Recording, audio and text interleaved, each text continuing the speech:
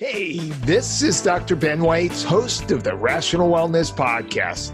I talk to the leading health and nutrition experts and researchers in the field to bring you the latest in cutting-edge health information.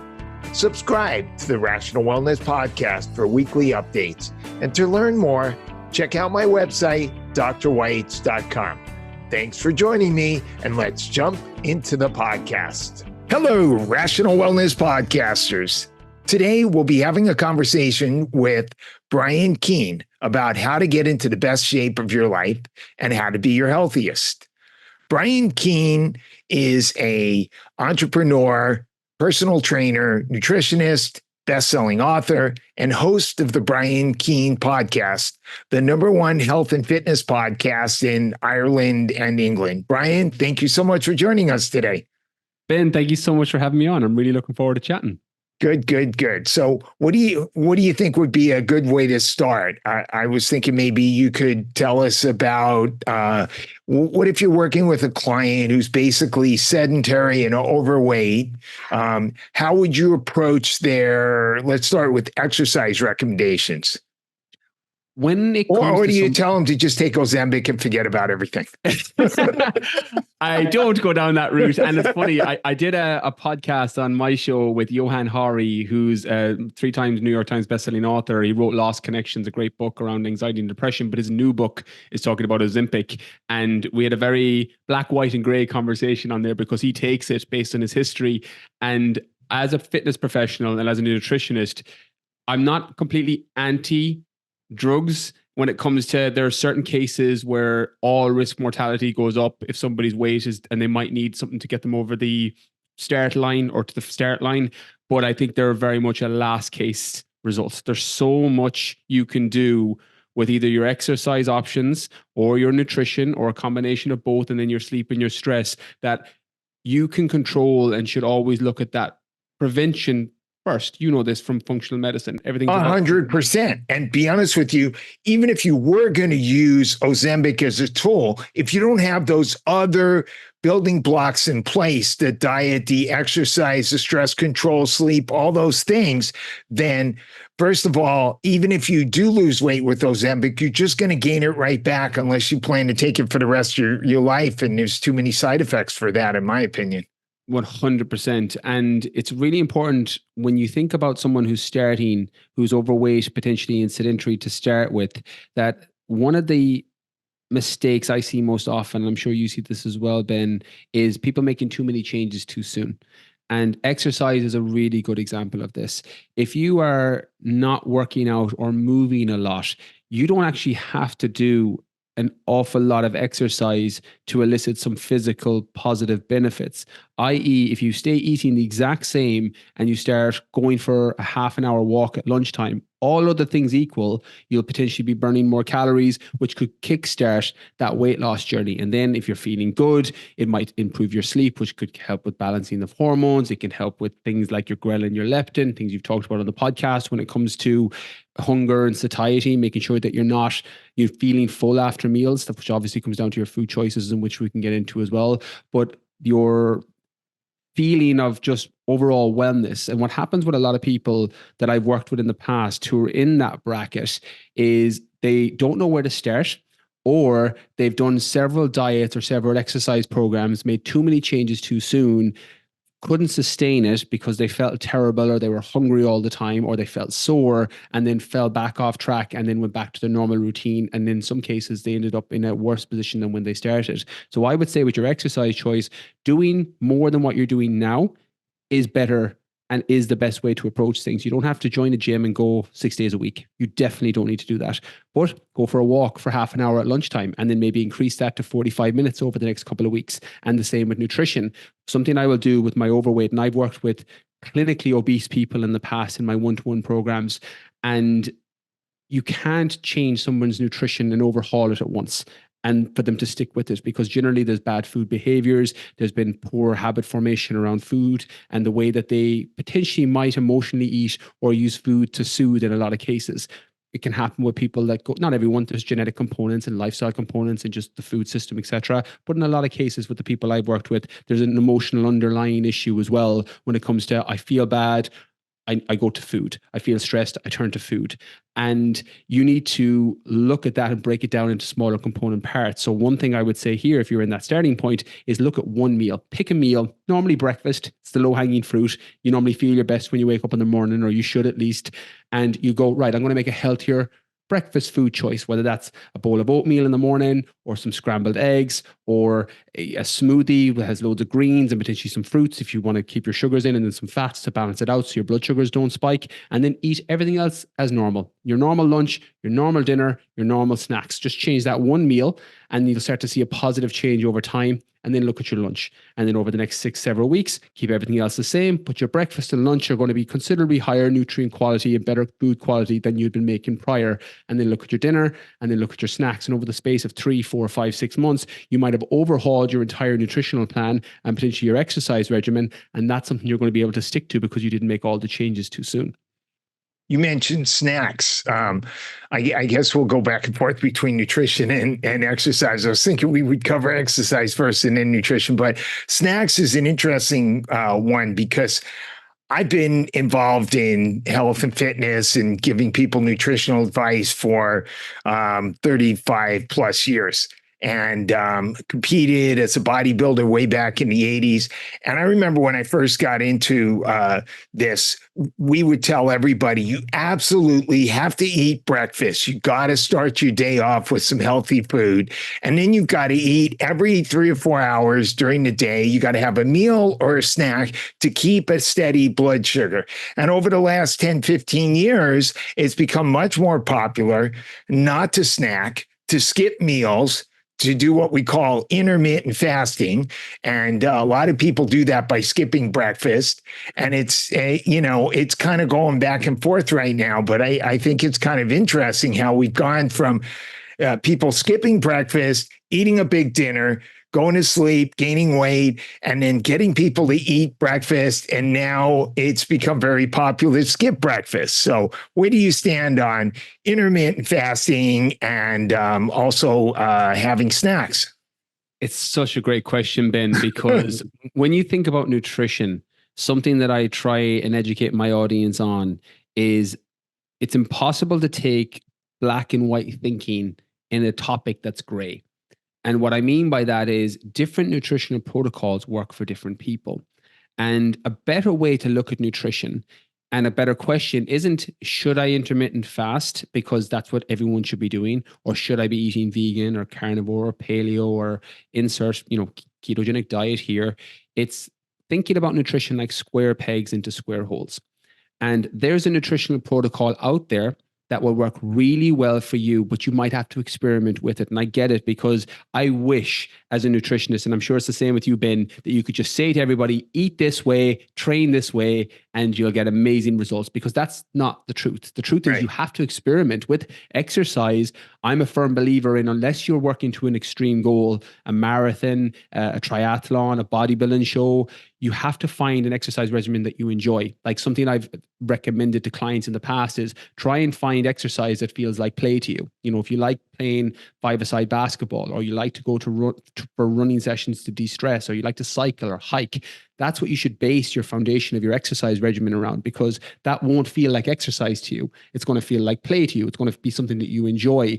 Food can be very similar to that. You have to first ask, well, what can I stick to over the long term? Now, I do intermittent fasting. I'm a big fan of it. It suits my schedule. For me, I get up in the morning. I like to train fasted. I like to kind of keep my brain clear so I can do my creative work in the morning. And then I'll have my first meal, after a cup of coffee, several hours after I've gotten up. I used to bodybuild, and I competed in bodybuilding for years as well. And I did the 6 meals a day, 6 small meals a day. Right. And that worked really well for me at the time as well, because that was my schedule and my lifetime at that moment in time. It was all about building muscle, losing body fat, getting ready for stage and getting ready for shoots and things along those lines. So at different stages of your life, different nutritional protocols may or may not work for you. I'm a little bit of a guinea pig when it comes to, I've tried all of them. I've done carnivore, I've done vegan, I've done keto, I've done fasting, I've done multi-day fast, I've done the bodybuilding plan, because I like to see when I'm working with clients, look, this is probably how you're going to feel. Now, everyone has different starting points, and there's terms like metabolic flexibility that are important to know. that if you're burning carbohydrates or burning fat as your primary fuel source, your starting point is going to matter a great deal. So somebody like me, who was relatively lean starting intermittent fasting, didn't really find it that difficult, where someone who's been eating sugary cereals all their life for breakfast and is riding a sugar roller coaster all day is really going to struggle with intermittent fasting in the beginning, because you're burning glucose, you're burning glycogen, you're burning carbohydrate as your only fuel source. Your body doesn't know how to burn dietary fat or the fat stored in your body in some cases. Whereas someone relatively lean, whose body does know how to do that, isn't going to struggle. So there's pros and cons to every diet. It's ultimately about finding, okay, I like the sound of that. That sounds good. I'm going to experiment with it for a few weeks. You might need professional help, somebody that can help coach you through it. And that's okay too. We all need coaches in different areas of our life. And then you decide, well, actually, I like this. I can stick to this. I'm getting the results I want. I'm going to continue with it, because sustainability and longevity at the end of the day is what it's all about when it comes to nutrition and exercise. So let's go back to the exercise portion. Is weight training or cardio more important? When people ask me about weight training and cardio, about being more important, I always say, well, what's more important to live, your brain or your heart? And the answer is both, right? Because they serve different purposes. And weight training, I'm biased towards weight training and strength training because of all the benefits that you get. One, it increases your metabolic rate, which is probably the most important thing. Something a lot of people don't understand is they'll do cardio when they're trying to lose weight or lose body fat. And on paper, it makes sense. Cardio doesn't burn body fat. Cardio burns calories, and burning calories can support a caloric deficit, which can support your body's ability to tap into fat stores and use them for fuel. So people will think, oh, I'll go do 40 minutes on a cross trainer, or I'll go walk for half an hour on a treadmill. That's going to work great for my fat loss. And in some cases it can. What strength training does and what lifting weights does is it increases your metabolic rate so that you burn more calories while you're resting. It's the calorie burning fat loss equivalent of making money while you sleep. So I'm very biased towards that when somebody is looking to improve their body composition. But weight training and strength training also, if you think about yourself in 20 years, 30 years, 40 years, I'm in my mid 30s now. I want to be able to walk up and down stairs when I'm 70, 80. I want to be able to move around and not break a hip. Strength training improves and increases your body's ability to be stronger and adapt with that force as you get older and that bone density. So I love that. Cardiovascular activity then is great for endorphin release. You'll hear a lot of people saying runners high or cyclers high or swimmers high. Cardio is really good for that. So you can feel better doing it. You can also burn more calories if you have a weight loss goal. It can also reduce, potentially in some cases, your risk of certain, diseases and illnesses. Again, mostly down to improvement of blood flow, reduction in body fat, etc. So I like both. It's very much a case of, if you ask me what's the best, I would say do a combination. I would say do some cardio, do a little bit of weight training, and mix and match. And as far as cardio, we have long-term steady state, what I guess technically is termed zone 2 training. And then we have higher intensity cardio where you really get your heart rate up and you get out of breath. Do you recommend both of these? It depends on the starting point of the individual, because they serve kind and slightly different purposes. So I do a lot of my profession is based around body composition people, weight loss, fat loss, toning up, building muscle. So getting people into physical shape. When you put that lens and put it through that lens, your high intensity interval training is going to be better for those looking to preserve muscle, because it's shorter, it's higher intensity, it's not going to take as long. So it means you can prioritize other things like your weight training. But it's also been shown in the research and the evidence that it preserves muscle better than low intensity steady state cardio, all other things equal. Whereas low intensity steady state, like your 20 minutes, 30 minutes, 40 minutes on a cross trainer, is your zone 2. It can be really good if your calories are quite low and your energy levels are quite low. The downside of HIIT training is if you're in a calorie deficit or your calories are quite low, you might not have the fuel to be able to keep that intensity high during the session, especially if your carbohydrates are low, because you tend to find that high intensity interval training is a lot more glycotic. It's going to be a lot more carbohydrate based, whereas your low intensity steady state, your zone 2, it's a little bit more and potentially can be in that fat burning zone if your calories are controlled and they're in that deficit. So that's where people will mix and match it for body composition. I think it's very much a case of what do you prefer and what can you stick to. I personally do long distance running and I've done ultra marathons and things along those lines. I don't enjoy it. I'm built for speed and I'm built for short bursts. And I love HIIT workouts. I love being able to I'm in a hotel room. I've got 20 minutes and I'm just going to do 10 exercises, 1 minute on each one, 2 rounds, and just go straight through, work up a sweat, and I'm done in 20 minutes. I don't want to go walking on a treadmill for an hour in the morning if I'm busy and have to speak at a conference or whatever it is. So there's an element of what do you enjoy, what fits into your lifestyle, but knowing that there's pros and cons to both, depending on your nutrition, depending on your starting point. And if you have any pre-existing injuries, obviously, if you have a knee injury, you're going to be very limited with certain movements for high intensity where you might be fine on a cross trainer. So you have to take all of these things into consideration. Sure, absolutely. If you've got a knee injury, you're likely not going to be able to do squats or burpees or lunges or things like that. Some people combine their cardio with their weight training, as you were just mentioning, either doing body weight or relatively lightweight, going from set exercise to exercise, keeping the heart rate up.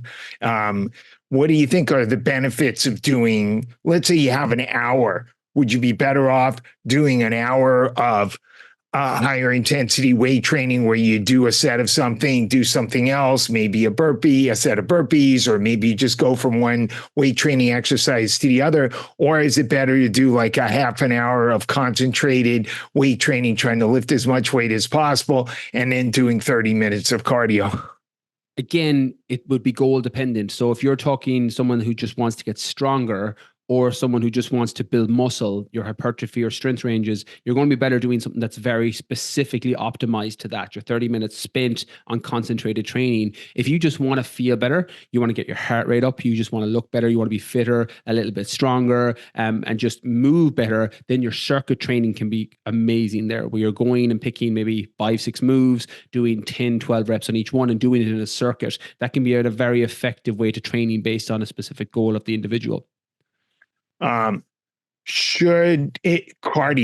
it better to do cardio when you're fasted? Is it better if you're doing cardio and weight training? Do you want to do the cardio before or after the weight training? Before, maybe it's going to warm you up, but afterwards, maybe you've depleted the glycogen from the weight training. It's another great question, because there's a few angles I could come at this from, Ben. I had a video go quite viral recently and it was in that order, about do your cardiovascular activity after you've weight trained. And when you're looking at things like fasted cardio, and I'm an evidence-backed coach, so I use the evidence to research, because it's very difficult. Otherwise, I'm just offering opinions, which isn't really helpful for anyone unless I say, this is my opinion, this is what's worked for me. When you look at the research, things like fasted cardio and overall cardio time is what's the most important. So whether you do it fasted, 20 minutes in the morning, or 20 minutes 5 times spaced over the day, or 20 minutes at the end of a workout, all other things equal, the results will be very, very similar. But they're not always similar because context matters. For example, when I used to compete in bodybuilding shows, I loved fasted cardio. And not because it sped up fat loss, it was because I was a bit of a zombie in the morning. So I could walk on a treadmill, I could keep that routine. It was getting me out of bed early. I could do it and it never got missed because it was anchored as a habit at the start of my day, which meant the consistency was really high. So fasted cardio can be really good for people because you can habit stack it with other things. You wake up in the morning, grab a cup of coffee, go and do your cardio. And you're very unlikely to skip it then because it's part of your routine. Morning routines can be really useful for people. But ultimately, if it's better for you to do it at the end of your workout or to do it at lunchtime, that's going to be fine as well, all other things equal, particularly for body composition and weight loss.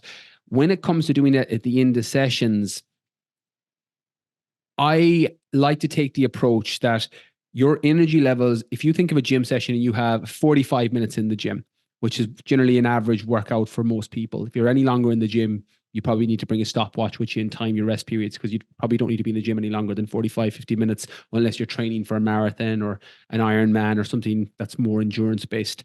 But for body composition, muscle building, toning up, weight loss, fat loss, 45, 50 minutes max is all you're going to need 3, 4, or 5 times a week if you're an advanced trainer. And if you go in, your energy levels at the start of workouts tend to be higher, regardless of your nutritional protocol. Most people just tend to have more energy at the start of a workout, whether you're carb-based, fat-based, whether you're using really high-quality foods, which is obviously what I recommend, or if you're using low-quality foods. People's energy tends to be higher at the beginning of a workout and you get tired as it goes on. Weight training on resistance training and strength training gives you a better bang for your buck, as I mentioned, because it'll increase your metabolic rate. You want to do those more difficult movement and exercises and parameters of training when you're fresher. So if you're going in, it's the same reason you don't go in, and you know this from your bodybuilding days, you don't start your workout with a bicep curl.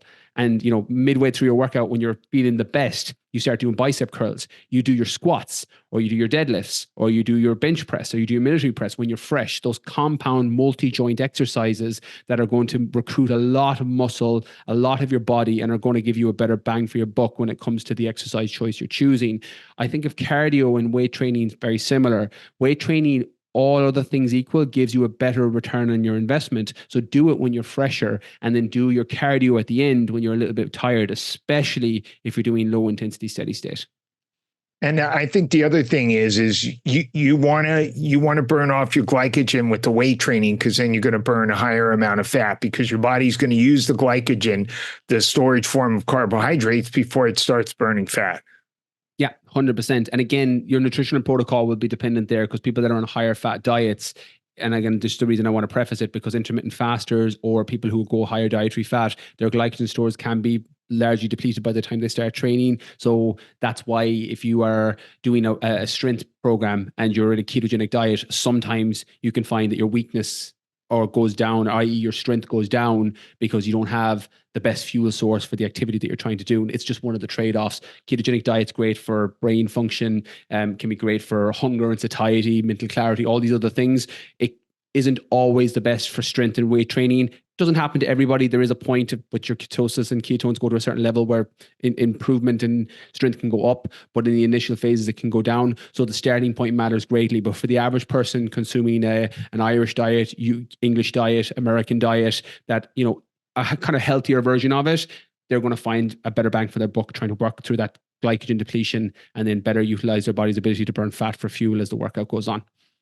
By the way, what is an Irish diet? Potatoes and meat. Potatoes and meat with a little bit of vegetables thrown in. Okay. That sounds like the American diet. Yeah, it's very similar. I lived in California for years. With some Oreo cookies. Exactly. You've got better desserts, I must say. Your desserts are considerably better in the States than we have over here. So when you're working with a client who wants to lose weight, how do you decide what type of a nutritional approach to use with them? What I do with my clients, and it's not necessarily a recommendation for any other coaches or personal trainers, but I find this works really well for me. I normally get them to do a food diary for 3 days. And if they eat Oreos for breakfast, lunch, and dinner, I say, put down the Oreos for breakfast, lunch, and dinner. Like, tell me what you're actually eating. And the first thing I'll try and do is, right, what are they doing well? And in most diets, I'll say 95% of people have good habits somewhere in their nutrition. They're making good lunch choices, but maybe their breakfast isn't that good. Or they've got a really nutritionally dense dinner, but they're snacking on cookies and Oreos through the day. I will look to see, all right, these are the things that aren't going to support them with the goal. These are the things that are. And I try and layer the nutritional plan that I create for them on top of that, so that they're just building off the good habits they already have, and they're minimizing the bad habits that they're doing. I had one of my clients before, and I put this in the last book, and there's a story that it went viral when I released it at the time because my client was speaking about it. By the way, what's the name of that book? The last book was The Keane Edge, Mastering the Mindset for Real Lasting Fat Loss. And I talk about him in there. I've got 3: Fitness Mindset, Rewire Your Mindset, and The Keane Edge are my 3 books. The first one and last one are fitness books. Second book is all around mindset and personal development. But I had a client who came to me, Ben, who ate 10 Mars bars every day. Literally 10 Mars bars every day. He would get 2 of the family packs, and you can get 5 bars in the family packs in Ireland. And when I was working one-to-one, I'm all online now, but I was working. Did you measure his blood glucose? Oh, I didn't. He was very overweight to come in with, and we kept it very simple because he's like, I've been to coaches, I've been to trainers, I've been to slimming clubs, and nothing is working. And I'll never forget the look he gave me the first day when he came in, because our entire workout session was just going up and down the stairs of the gym, because that's all he was able to do. And he didn't want to go in. He was a bit nervous and had gym anxiety around it. But he was telling me about his Mars bars. And I said, okay, all I want you to do for this next week with your nutritional plan is I want you to eat 9 Mars bars. I was like, that's all I want you to do. I was like, eat your normal diet, but I don't want you eating 10. So Brian Keane recommended eating 9 Mars bars. 9 Mars, the fat loss plan, 9 Mars bars. He came back and he was very skeptical, and he came back in the next week and his weight was down. And he goes, I don't know how my weight is down. He goes, maybe I walked a bit more. I was like, okay, no changes this week, except instead of 9, I want you to eat 8 this week. So you can have them anytime you want, eat them when you want, but we're going to bring it down to 8. You're way too nice. But the thing was, and I wouldn't do this with everybody because sometimes I make more changes depending on the starting point. But this, when I'm chatting to somebody on a consultation call and if they've been to 10 trainers before me and they're still overweight and they're still having problems, I'm like, well, all the traditional methods don't work. So I just rule that out initially. So we went from 8, and you can tell where the story is going. It went from 7 to 6, and it actually got down to the point where he was eating 2 every day, but it controlled his calories and brought his calories down. And he ended up losing 100 pounds over the space of several months. And all we did, now confidence was huge for him. When he actually started to see the weight going down without making any extreme changes, he bought so much into the idea of what we were doing. If I told him to run through a brick wall, Ben, he'd have ran through a brick wall by the end, because he just had so much faith in what we were doing because he saw the results. But it was about building sustainable habits for him. And I was trying to illustrate the importance of somebody like that. And I know you talk a lot about gut health and the functional medicine side and overall hormonal balance, etc., which is extremely important. But for someone like him, who just needed to control his calories for the most part, it was to illustrate you're eating too many calories every day. That's it. You're eating 10 Mars bars. That's a lot of calories. And just bringing that down. And then we ended up looking at his nutrition overall, his breakfast, lunch, and dinner. And over the space of, it was about 9 months total, he had completely changed the way that he ate. But that's how it started. So sometimes the non-traditional approach, depending on the circumstance of the individual, is just as important as the method that you use with them. Well, let's say somebody comes to you and they say, look, I want to be in the best shape. I want to be healthy. I want to lose, 50 pounds. I'm willing to eat any way you tell me to eat. Should I eat paleo? Should I eat Mediterranean? Should I eat keto? What would you tell them? If somebody was working with me, the advice I'd offer, if it was a general question versus someone working with me, would be different. So I'll unpack both and talk through the difference between both. If it's someone that's working with me where I'm monitoring their food and keeping an eye on their food, I don't really mind how quickly or how slowly we make the changes, because I'm assuming they've bought in for 3, 6, 9, 12 months, especially if they have 50 pounds to lose and they want to lose it and they want to keep it off. So when I'm working with somebody, I'll do that food diary approach and I will make small changes gradually over time that is going to support them. As I said, someone that's 50 pounds overweight in most cases didn't get there by accident. They're not a professional athlete. They're not a fitness person by nature. If I'm working with somebody in that space, I can make more changes with them because they've got just a different mindset and they have a different starting point coming in. So when I'm working with that individual, I'll make those small changes based on a food diary and try and build off the habits that they've already formed that might be good and then make changes around it. If somebody asks me outside of that, I would generally say you can't go too wrong. Nutrition is such a funny topic, as you know, Ben. And the piece of advice that I historically have always been able to give without any pushback, and now in 2024 it gets pushback, is eat more fruits and vegetables. Like, you generally eat more vegetables, in particular green leafy veg. And now you have communities of people online who be like, don't eat green leafy veg, they're poisonous. So that one piece of advice that was a truism for so long now gets pushed back because of the way things are online in particular.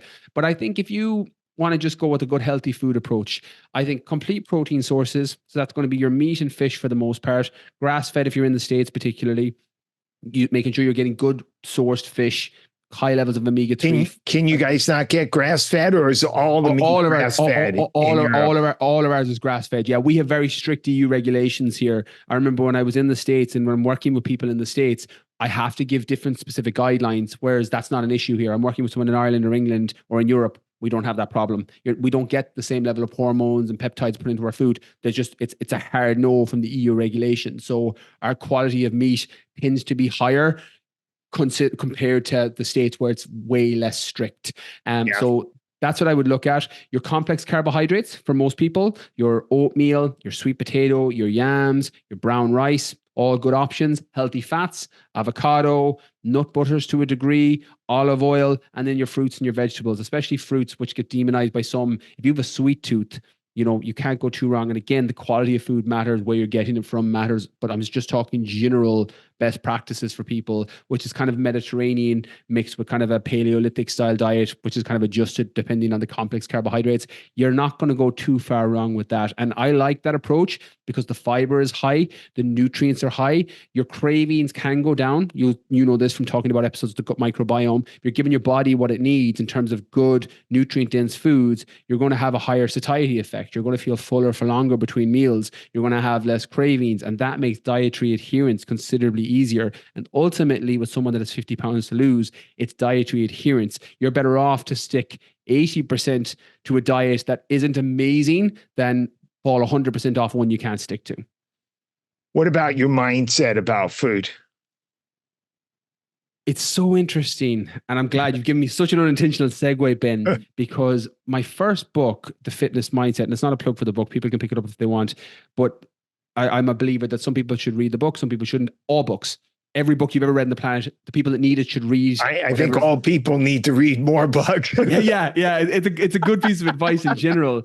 But mindset, I wrote that first book, and that first book changed my whole career. It came out in 2017. It's been 16 weeks on the Amazon and national bestseller list and opened up more doors for me than I knew what to do with at the time. I'm very, very grateful for it.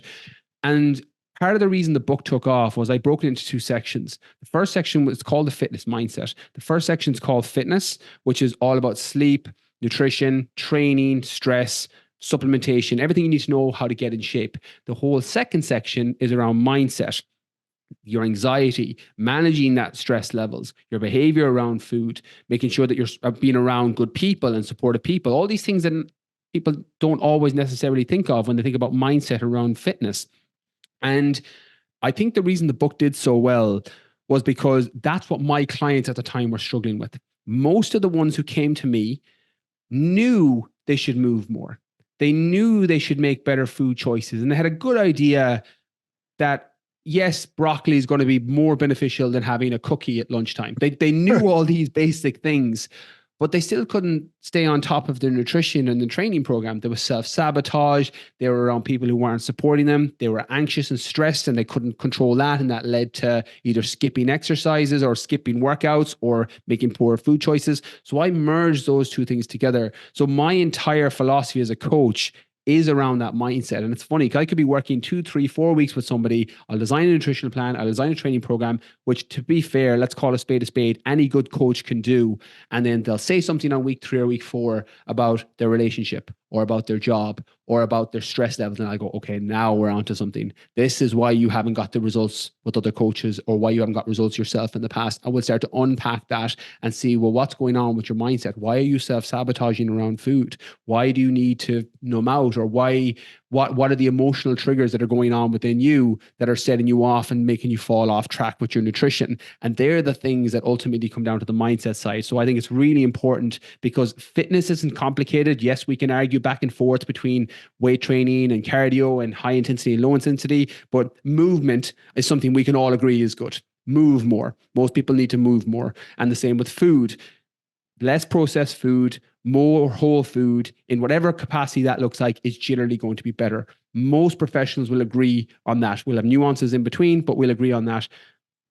But it's the mindset that makes people fall off track, and it's why they can't stick to it. So I think it's extremely important.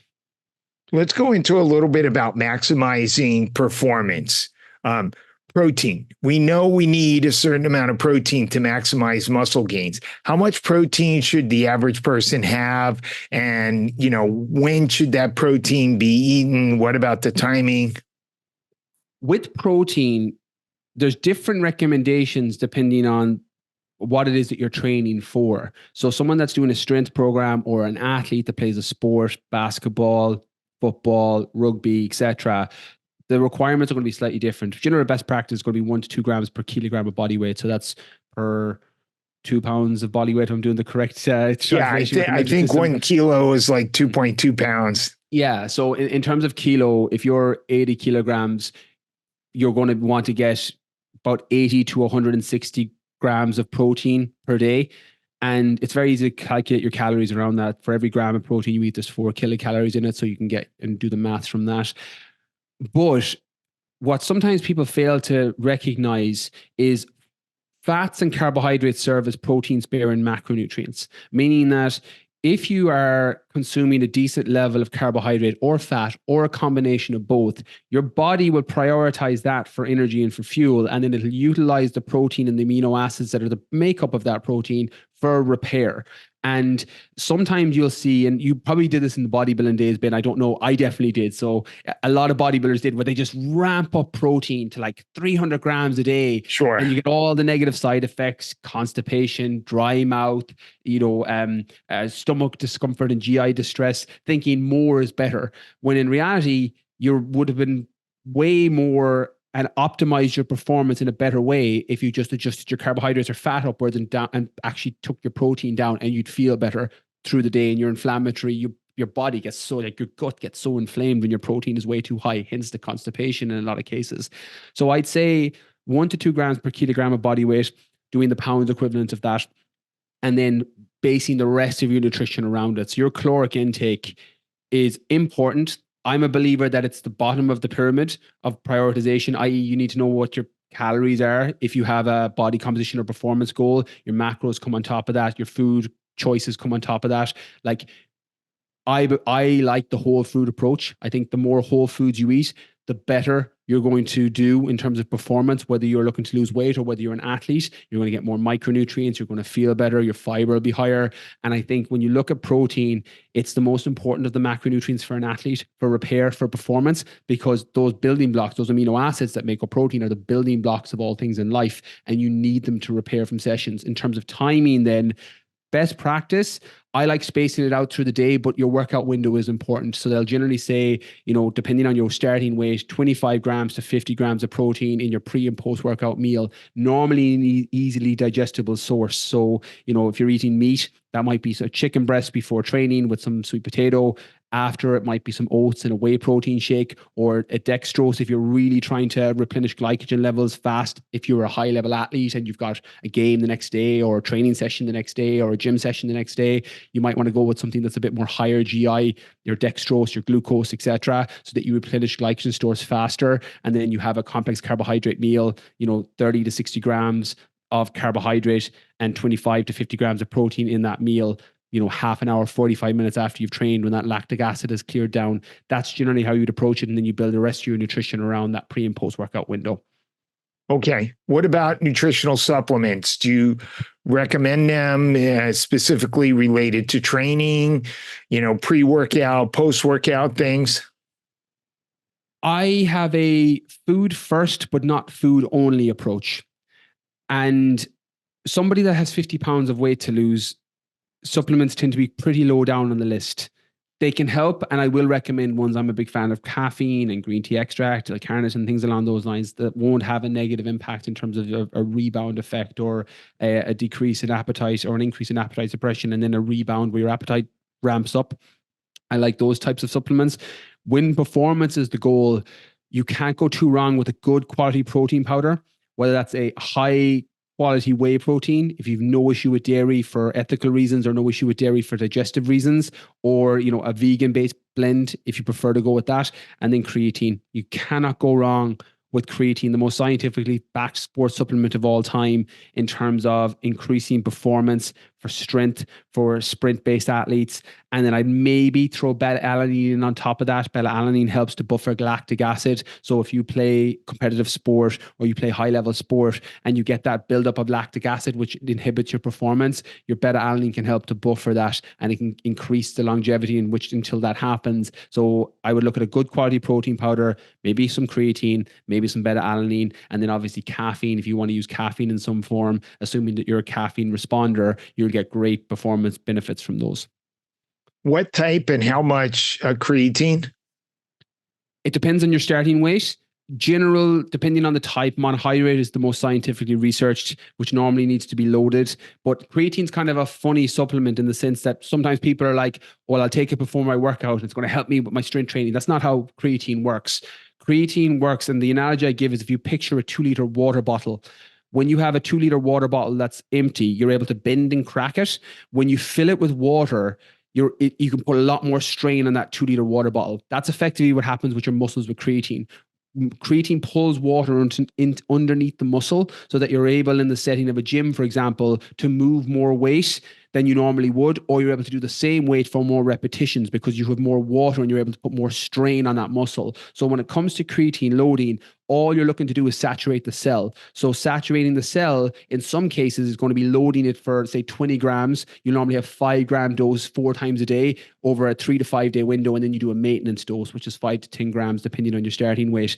But you don't have to do that. You'll saturate a cell over a longer period of time, which is 5 grams a day. It just takes longer. Okay.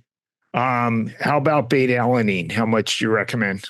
That one I would time around your workout, similar to caffeine. So caffeine and beta-alanine are one side of the coin, and then creatine on the other side. With creatine, the most important thing is about the consistency, meaning that you're taking the right dosage. The timing, I take it around workouts just so I don't forget to take it. Literally the only reason I take it before I go to the gym, so that I don't forget to take it. Beta-alanine, you'll take in that 30 to 60 minute window before you train. And it's worth noting, you'll get sometimes what are called beta-alanine tingles, where you'll get this weird tingly feeling in your face or in your hands. I remember the first time I took it in college, Ben, I thought it was my fabric softener that I was using. And I remember I changed and I was like, I'm allergic to this fabric softener and the thing I'm washing my clothes with. I didn't realize it was the beta-alanine tingles. And I was training for about 2 months before I realized this is like pre-forum days, pre-Instagram, pre-Google, which is showing my age as well. And I didn't know it was beta-alanine, but taking it before training, normally around, 1.5 to 3 grams, depending on your starting weight, is going to be very effective. And a lot of people will pair that with caffeine, which will be, between 100 mcgs and 300 mcgs, depending on how caffeine sensitive the person is. And that stack with your pre-training of beta-alanine and caffeine and maybe some creatine in there, and then post-workout of something like a high-quality whey protein or a protein powder is going to give you very good benefits as an athlete. So the caffeine, is that like in a pre-workout formula, or are you talking about coffee or tea? It doesn't really matter. Like caffeine itself is the thing you're looking to do. It's the stimulant that's going to give you your central nervous system response, which is going to increase your rate of perceived exertion in terms of you won't feel as tired. You'll be more alert. You'll feel like you're able to push harder in this workouts. So the vehicle and distribution of it matters less, whether that's a can of Monster, a cup of coffee, a caffeine tablet, a pre-workout. They all have pros and cons depending on, I use a caffeine tablet partly because I love black coffee, but I can't take it in the morning or else my stomach and my guts feel like someone's like attacked me with a knife for the rest of the day. So I have to have food in my stomach before I have my cup of coffee generally. And so I use a caffeine tablet. I use pre-workouts for years. Again, there's a lot of additives, a lot of extra stuff in those that aren't great, same as cans of Monster. But if you're talking just purely the caffeine element of the performance enhancer, it doesn't matter as much in terms of how you consume it. But if you're talking other things, what's the cleanest way? Probably a black coffee or a caffeine tablet compared to a pre-workout or a can of Monster or a Red Bull. Yeah, speaking of that beta-alanine sensation with the skin, you ever take niacin before you work out? Yeah, just very similar. It's a bit more flushy, but it's very similar. I know you did a podcast on that recently. I'm a big fan of niacin, but that flushing can be uncomfortable. It's not harmful, but... Yeah, it feels weird. It just feels weird. Yeah, I used to do that before workouts or before sauna. Yeah, it's really, really good. And again, I know a lot of people do it before sauna. It's a big thing over here too. Again, similar to beta-alanine, when you know what it is, it's fine. Yeah. But when you don't, it's a bit worrying. You actually think something's gone wrong with your body. Like there's like a mini alarm system going off. But once you know it's the niacin or the beta-alanine, you're normally fine. Have you experimented with the nitric oxide supplements? Yeah, I'm a fan. So I make up my own pre-workout before I train, and I have AAKG in there, which is a form of arginine, and I use citrulline malate, which is a supplement that's in most pre-workouts for blood flow. So my pre-workout is 200 mcgs of caffeine, 5 grams of creatine, 3 grams of beta-alanine, 3 grams of citrulline malate, and 3 grams of AAKG, and I just make that up myself, and then I throw some acetyl-L-carnitine for cognitive function on top, and I use that before I train. Oh, interesting. You get powders of all those? Yeah, and it ends up working out way cheaper, but just I have a little bit of a sensitive stomach. So I literally just put them into a shake, a little bit of a drop of cordial or sweetener that goes with them. And then I just down that before the gym and it works great. It ends up working out way cheaper because like pre-workouts are actually very expensive when you think about what you're getting dosage wise. So when I'm working with clients, I'll normally create these stacks with them as well. So they'll end up paying whatever, $50, $60 for all these individuals. And then it lasts for like 3, 4, 5 months and they're getting the correct dosage for each thing. Yeah, one of the downsides of bodybuilding supplements in particular is they tend to add artificial colors, artificial sweeteners, all this junk. So much. And that's actually what put me off originally, because I was taking those when I was competing in bodybuilding shows, and I would hate to see what was going on in my gut microbiome during that time because it was definitely screaming at me from the inside. So I've been a lot better with that over the last decade. That's great. So I think we're ready to wrap. What kind of final thoughts or concepts do you want to leave our viewers and listeners with? No, I really appreciate that, Ben. It was a great chat. As I said, I'm going to double down on what I said about finding what works best for you, whether it's exercise, whether it's nutrition. I know you've got some great guests on the podcast. You've got episodes and covering content yourself on your Instagram. Ultimately, for people listening, find what's going to work best for you with your nutrition, with your training. And if you need a coach or a trainer that can help get you there, find somebody that'll serve you. As I said, square pegs into square holes. You might listen to me and go, it's not Brian, it's going to be someone else. But again, I have a Muay Thai coach, I have a yoga coach, I have a Spanish coach. 3 things in my life that I'm weak at that I need to improve on. I'm a big believer that coaches need coaches and that people need help in areas that they're struggling with. And again, look for those, to use the old Buddha quote, when the student is ready, the teacher will appear. Find the coach that will support you, whoever that is, and know that square pegs fit into square holes. And it's ultimately about finding what's going to work best for you. Now, what if they wanted to get a hold of you?